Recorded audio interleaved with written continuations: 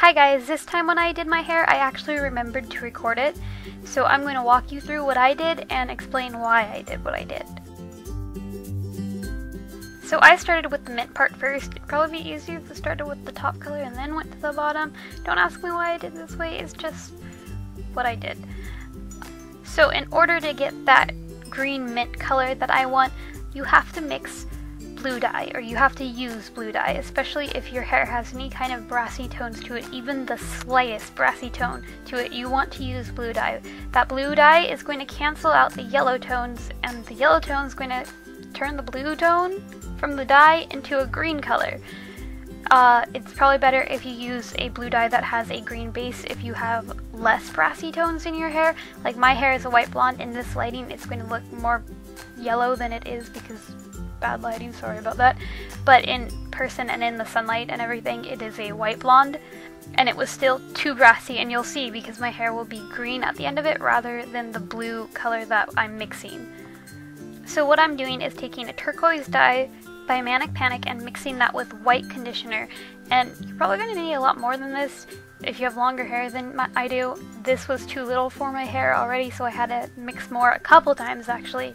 So what I do here is I start out with the conditioner and then add a little bit of blue, little by little, until I get the color I want. And you don't want the dye to be the color you want your hair to be, you want it to be a couple shades darker than that, because then it will end up a little bit lighter than that, especially if you have strong yellow tones in your hair. You might want to even bleach it one more time before going to a pastel color, because pastels require really light colored hair, like really light. Like the closer you are to a white blonde or white, the better you'll be.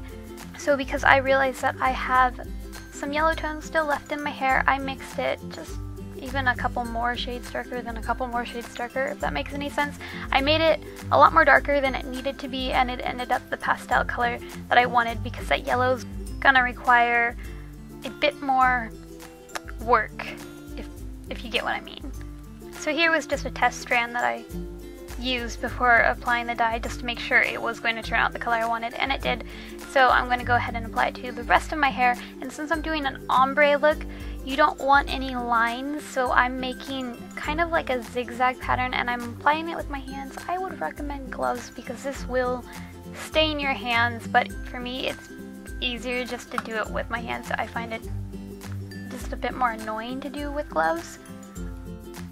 I can't really explain how to do an ombre too well, just that you don't want any lines. You could bring it up as high or as low as you want and try to keep everything zigzagged and uneven, and because you want it to blend. So then I just continue this process to my whole head, and it took quite a long time. It would really help if you had someone to help you with the back of your head or some kind of mirror setup so that you could see behind you, but I didn't, so I just kind of winged it, and it still turned out okay.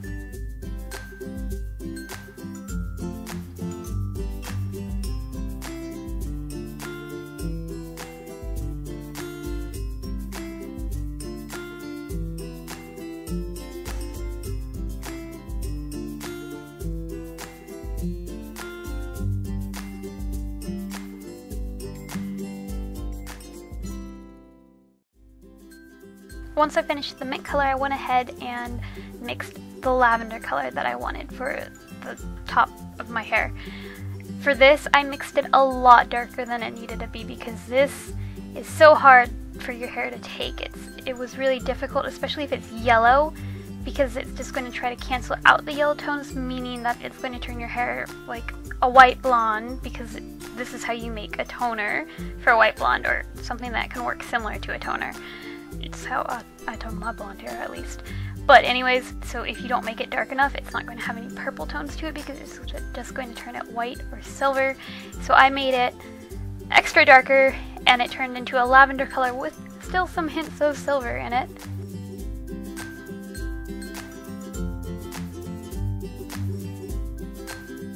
So when applying this, I started at the root or the scalp or whatever you want to call it, and then just brought it down to where it hit the green, making sure there was no like gap of blonde or anything in between it. You can even kind of blend it into the next color and make it blend that way. I did that a little bit, not too much, but just a little bit.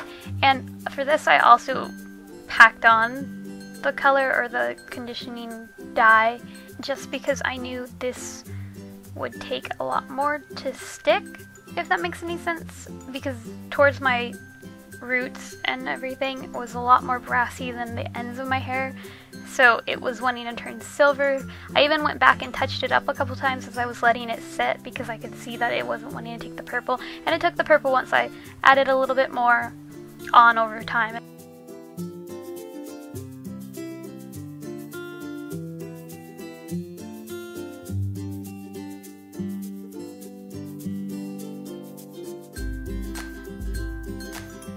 Once that's finished, go ahead and let it set. I let it set for a couple games of League, so it was on for maybe an hour or two at most.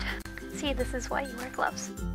Next, I like to take a few minutes to blow dry my hair because since this is temporary dye, it does not penetrate your hair. It is just a stain and only stain it. I find adding heat will open up the cuticles and allow it to sink in a little bit deeper and stain a little bit deeper, making it last slightly longer. Side note, because this is a temporary dye, it does not lift, which means if you are trying to go to a lighter color, you will have to lighten your hair because it will only tint, at most, a darker hair color. This is optional. Obviously, this is more damaging to your hair because temporary dye by itself is not damaging, but whether you add heat or not, after you let it set, go ahead and wash your hair. And then go ahead and let it dry. You can towel dry it, air dry it, blow dry it. If you blow dry it, I recommend using heat protection spray. And if you style it right after that, same thing. It's up to you because you're pretty much done now.